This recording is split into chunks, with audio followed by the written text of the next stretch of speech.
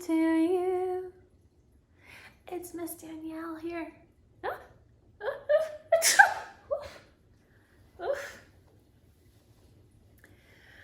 I have some terrible allergies and they're making me sneeze. Oof. How do you do? How do you do? How do you do today? How are you today? Are you sneezing? In the springtime, we have so many allergens in the air, lots of things we can't even see that are blowing in the wind through wind pollination.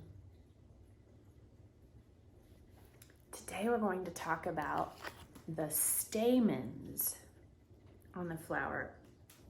The stamens form the male part of the flower and they produce the pollen.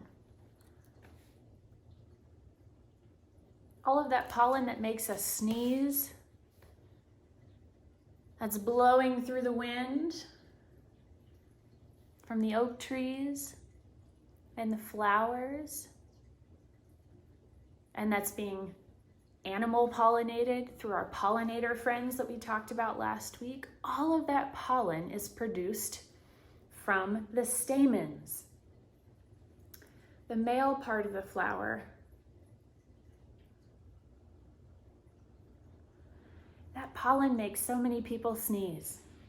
You can see the stamens are here underneath the pistil, and there are so many. How many stamens are on your flowers that you've been dissecting? Did you count? Today's the day to count. The stamens are developed before the pistil. So the flower blooms, and the stamens produce and release their pollen either through animal pollination, or the animals land here and get the pollen stuck to their fur or to their sticky tongue. And then they bring the pollen from one flower to another flower.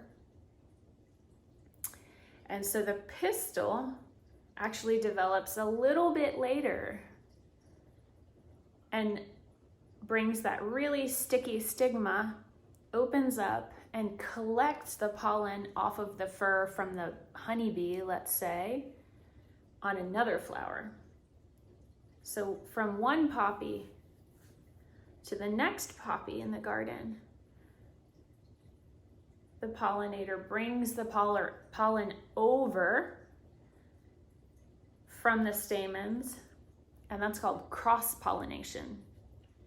Flowers really need a lot of pollen from different flowers of the same variety because it helps them to develop a variety of traits and live in a more hardy way and have a high chance of survival in various different environments. So stamens are really important too.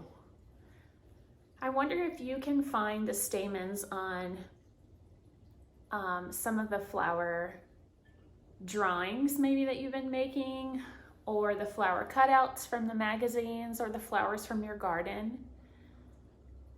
Did you paint some sunflowers yesterday, like Van Gogh? The sunflower family doesn't have stamens that are visible for us to see. Some flowers have lots of stamens that we can see right away, and some do not. I wonder what else you'll learn about stamens today. Some of them are fused around the pistil, and some of them are not. They're in different places on the flower. Flowers are so interesting, aren't they? I hope you're having fun. We'll see you tomorrow.